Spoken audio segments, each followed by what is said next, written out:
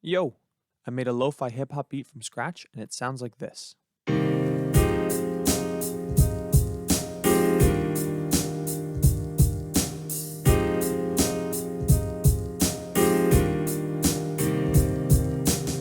Part 1.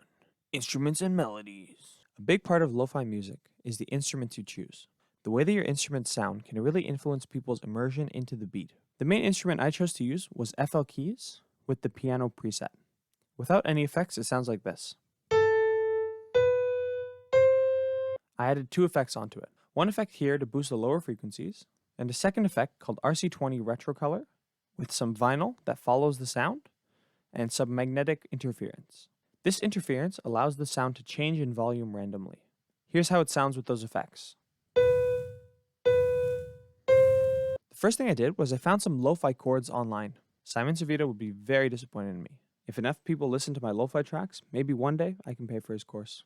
I use this website to find the chords. A big thing about lo-fi beats is that they have jazzy chords, like 7th chords, 9th chords, 13th chords, etc.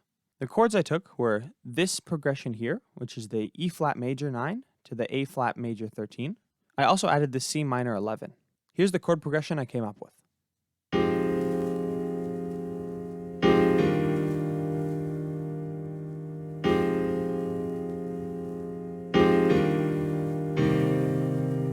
The next thing I did was I added some melodies on top of the chords. I duplicated the piano and I played this.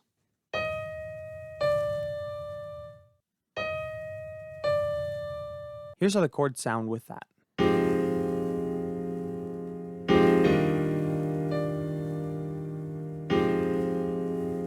One thing I did was I wanted to make the D note fade out. To do that, I had to automate the volume of the instrument. So I right-clicked here and I clicked Create Automation Clip. That created this automation clip right here, and I was able to adjust the volume for this note, thus making it able to fade in and out. Using an automation clip is really helpful when you're trying to figure out a way to solve a problem.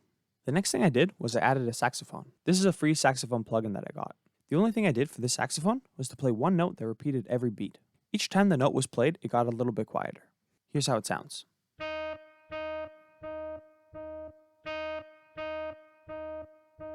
Here's how all the melodies sound together.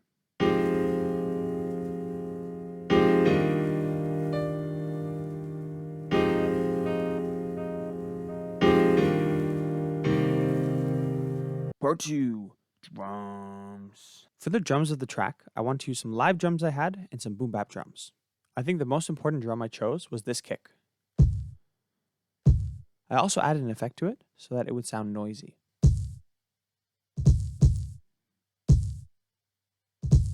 I then used this close hat, this snare, and I used this open hat. Here's how the drums sound all together.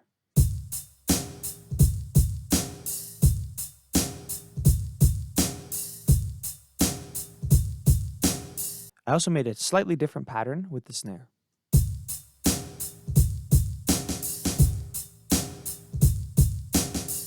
Part 3. Arrangement. Personally, I think arrangement is a super important part of your beat. I think the idea of bringing things in and taking things out gradually is really important if you're trying to make a really cool beat. The way that I arranged this beat was to start off with just the piano, slowly bring in the drums, and then slowly bring in the other melodies on top of that. Part 4. Choosing the right anime. As we all know, lo-fi hip-hop is nothing without anime. They go together like weebs and underage female characters. Oh, sorry, the characters are actually 3,000 years old. They just look and talk like they're 14. My bad, weebs. So obviously, I needed an anime to take a quick sample from. So I went through my list of favorite animes. Arthur, way too sexual. Rick and Morty, it could work, but it's too underground. Cory in the House, it would have been perfect, but I don't want to be accused of appropriating Japanese culture. I was down to my last chance. If I didn't find an anime to sample from, the music gods were going to come and high fidelity my piano. Can you imagine a high fidelity piano? I think I'm going to vomit. Then I found exactly what I was looking for. I knew the perfect scene to use. Any questions? Yes. Are you going to finish that croissant?